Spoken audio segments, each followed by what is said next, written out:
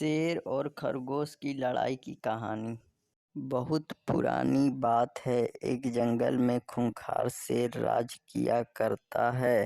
राजा होने के कारण वह शेर जंगल के बाकी सारे जानवरों पर धौंस जमाता था और उनका शिकार करके उन्हें खा जाया करता था। कई बार वह एक या दो नहीं बल्कि कई जानवरों को मार दिया करता था। इस बात से जंगल के सभी जानवर बहुत परेशान थे। उन्हें डर लगता था कि इस तरह एक दिन शेर जंगल के सारे जानवरों को खा जाएगा। इस बात का हल निकालने के लिए सभी जानवरों ने फैसला किया कि वह जाकर शेर से बात करेंगे और उसे समझाने की कोशिश करेंगे।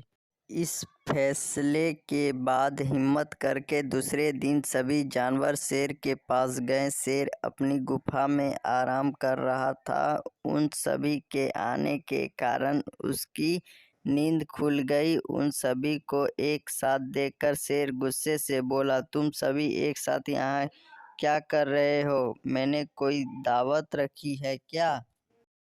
इस बात पर जानवर दल का सरदार बोला, महाराज, हम सभी यह आपसे एक विनती करने आए हैं। दरअसल आप जब भी शिकार पर निकलते हैं तो एक साथ कई जानवर मार देते हैं, जिनमें से कई को आप खा भी नहीं पाते। आपके ऐसा करने से हमारी संख्या कम होती जा रही है और आपकी प्रजा छोटी होती जा रही है। अगर यूं ही चलता रहा तो एक दिन आपके राज्य में एक भी जानवर नहीं बचेगा और जब प्रजा ही नहीं होगी तो राजा भला किस पर राज करेगा। इसलिए आपको सदैव अपना राजा बनाए रखने के लिए हमने आपके भोजन का इंतजाम करने के लिए योजना बनाई है।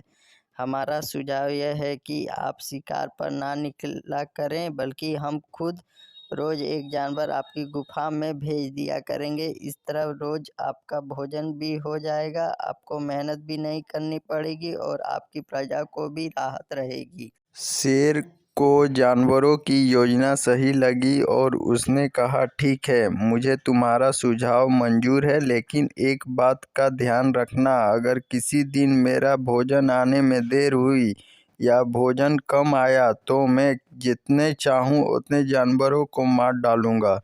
जानवरों ने उसकी बात पर सहमति जताई और वापस अपने घर को लौट आए।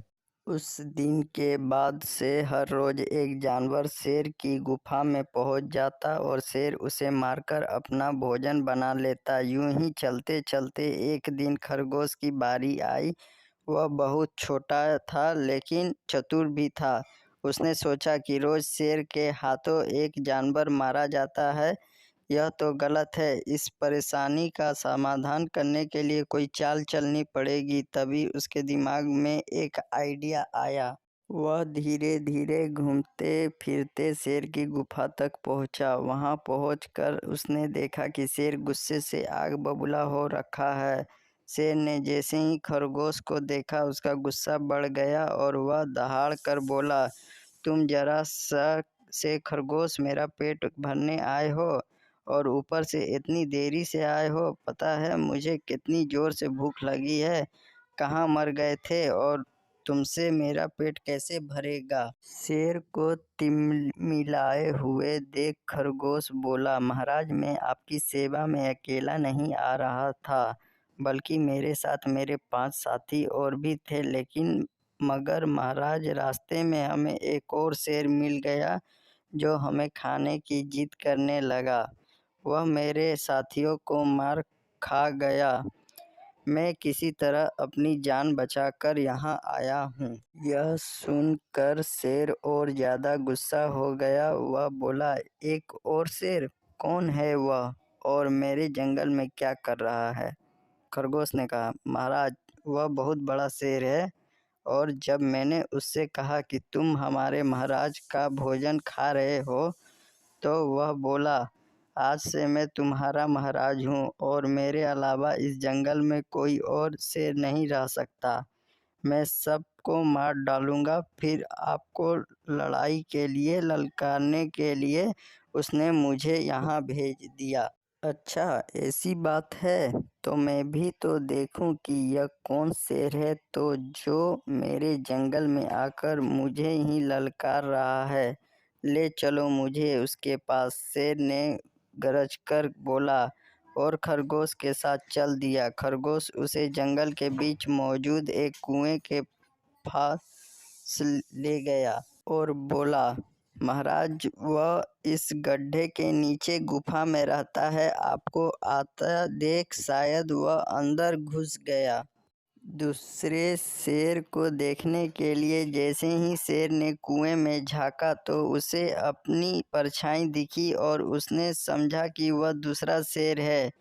इसके बाद उसने दूसरे शेर को ललकारने के लिए जब दहाड़ मारी तो उसी की दहाड़ गूंजकर उसे सुनाई दी, लेकिन उसे लगा कि वह दूसरा शेर भी उसे ललकार रहा है। बस इतने में शेर को गुस्सा आया और उसने कुएं में छलांग लगा दी। छलांग लगाते ही शेर कुएं की दीवार से टकराया और पानी में गिरकर मर गया। यह खबर जब जंगल के बाकी जानवरों को मिली तो सारे बहुत खुश हुए और खरगोश की जय जयकार करने लगे। कहानी से सीख बच्चों, इस कहानी से हमें यह सीख मिलती है कि मुश्किल से मुश्किल परिस्थिति में भी दिमाग शांत रखने से हर कठिनाई को आसानी से सुलझाया जा सकता है। तो आई होप दोस्तों आपको ये मोरल स्टोरी शेर और खरगोश की कहानी पसंद आई। अगर पसंद आई तो लाइक, सब्सक्राइब और शेयर ज़रूर करें, जिससे मेरा मोटिवेशन आगे बढ़ेगा, मैं इससे भी मज़ेदार मोरल स्टोरी ला सकूँगा। धन्यवाद।